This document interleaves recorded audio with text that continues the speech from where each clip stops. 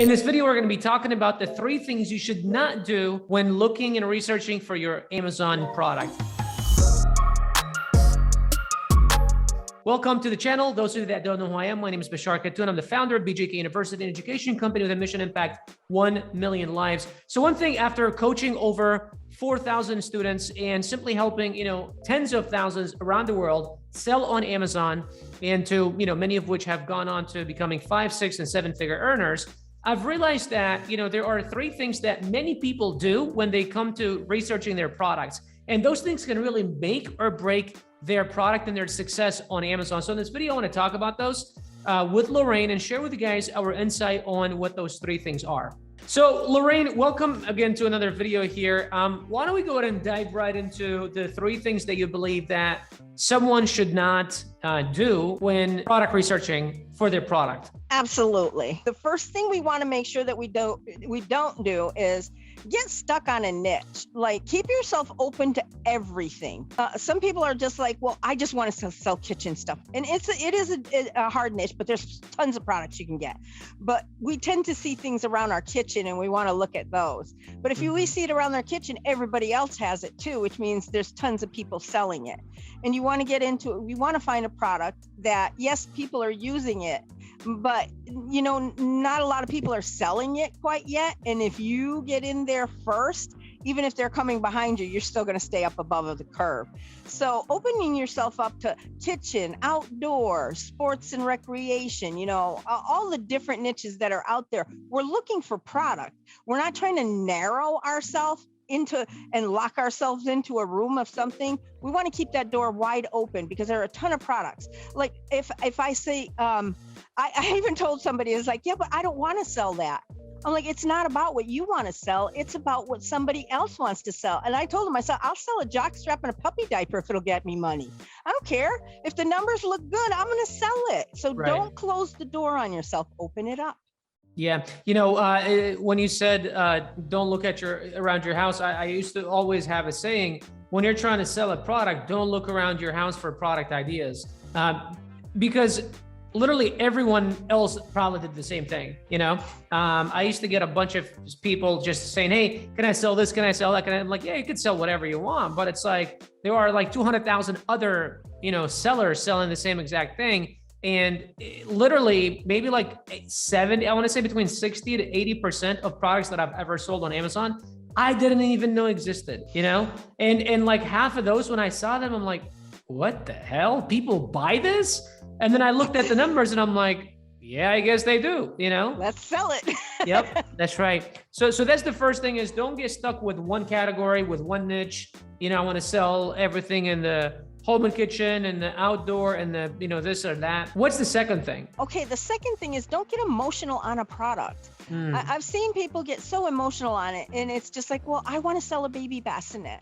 I really like baby bassinets. All my friends are using them. I have pregnant friends, and it's like, don't get emotional on a product. Now you're going to analyze the product and find out 200,000 people are selling a baby bassinet. And how are you going to get in there? And the reviews are super high, and maybe there's a lot of negativity on things. So if you get stuck on a product, you're not going to have any room to move. You need to, again, like I said, open the door up. It's not about what you want. It's about what the public wants. And it's about what I can sell and how I can get my foot in the door within my criteria that I set. And once you set a criteria, you stick by it. Don't sell things that are around, like I said, the things that are around your house, everybody's thought of that too, because it's right in front of our face. One of my favorite things to do is, if you spot something around your house, such as, my flask or whatever, what you want to do is go into Helium-10 Magnet and get the longest keyword you can think of. Right. Okay. And just purple plum flask for hiking and whatever you want to do. Just make it really long and then go search.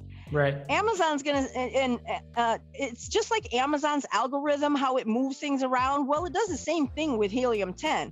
So what's going to end up happening is, yeah, you'll find a plum flask in there, but now it's mixing and matching, saying, what the heck? Well, let me just throw a bunch of stuff at her. And it does. And my favorite thing to do is when I look through the list and say, what the heck is that? I love that. I have found products left and right doing that. What the heck is that? And I'll go click on it, and I'll find out it's just another way of describing a wooden cutting board, but everybody's typing it in. And I'm like, well, over here, wooden cutting board is like 200,000 people are selling it. The niche is thick. But over here, I've got 122 people selling it, and my search volume is good, but the revenues are amazing. I'm like, wow, this is pretty cool. And the graph is like steady. I'm like, oh, this is perfect. Hey, I'll go sell it. It's on my list. That's awesome. I found that out just recently with a thing called a noodle board. I'm like, what the heck is a noodle board? Turned out to be a wooden board that people are cutting cheese on. I'm like, I don't see any noodles anywhere.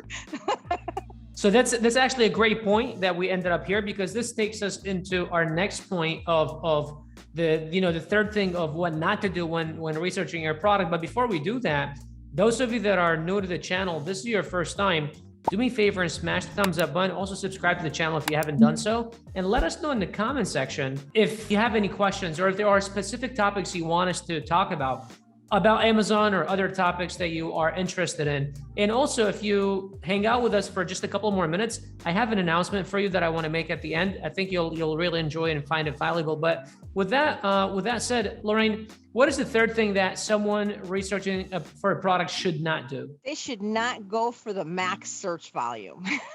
What does that mean? They have a misconception of how this works.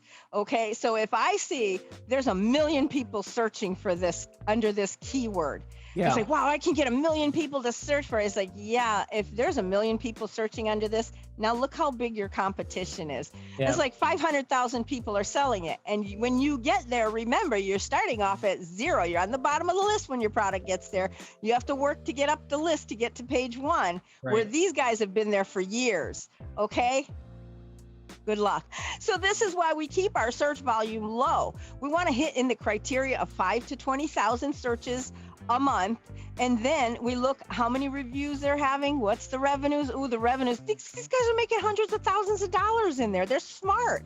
They're starting out right here, and then they're scaling up little by little by little. And each time in each category, they're still in each category at the same time. They're getting more and more sales. So that's why we do the scale system. We scale up, because you can't start off at the top. It just doesn't work, not unless you own Amazon. Yeah, absolutely. So as Lorraine said, you want to make sure that your top search volume or top keyword search volume is not above 20,000, but you also don't want to probably go below 5,000. I think 4,000 is okay as well, but you don't want to go anything below that. But we like to say between 5,000 to 20,000 monthly search volume is how much your keyword should have. So those are kind of the 3 things. Just to recap, is number 1, you want to make sure that you don't get attached to a category. Number 2, you don't want to get attached to a product. Number 3, you don't want to, and actually before I kind of end this, I wanted to mention this, Lorraine, because I've seen sometimes students in our community say, well, I'm passionate about this product, like this product I've been trying to sell on Shopify, or I've been trying to do this, but I want to now launch it on Amazon. It's kind of like almost like their invention or something that they created. What would someone like that do? Now, before you tell me about that, I just want to give you guys this announcement. If you have a product that you want to sell on Amazon, or if you don't have a product and you just want to find a product because you're lost, you're like, well, I don't know what to sell, and want someone to show you how to select the right product or how to launch your own product on Amazon successfully, below this video, there's a link. You can click on it, and you can go on a one-on-one free call with our enrollment coaches to see how BJK University can help you. So click on that link to see how we can help you. But Lorraine, what would someone do in this case?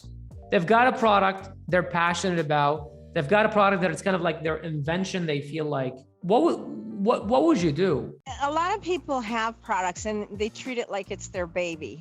Okay, and they just don't want to let it go for anything. The thing is, we need to analyze it. You still go, it doesn't matter if you sold it here, there, or the other way, or if you really love it, go buy it.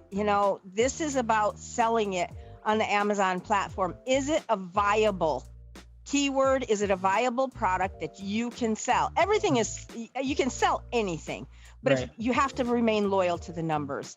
If you type this in, we can help you find keywords and maybe make it viable. But if you use the main keyword, like baby bassinet, maybe it's baby bassinet for baby boy. And what happens if that's a great keyword and you can sell it?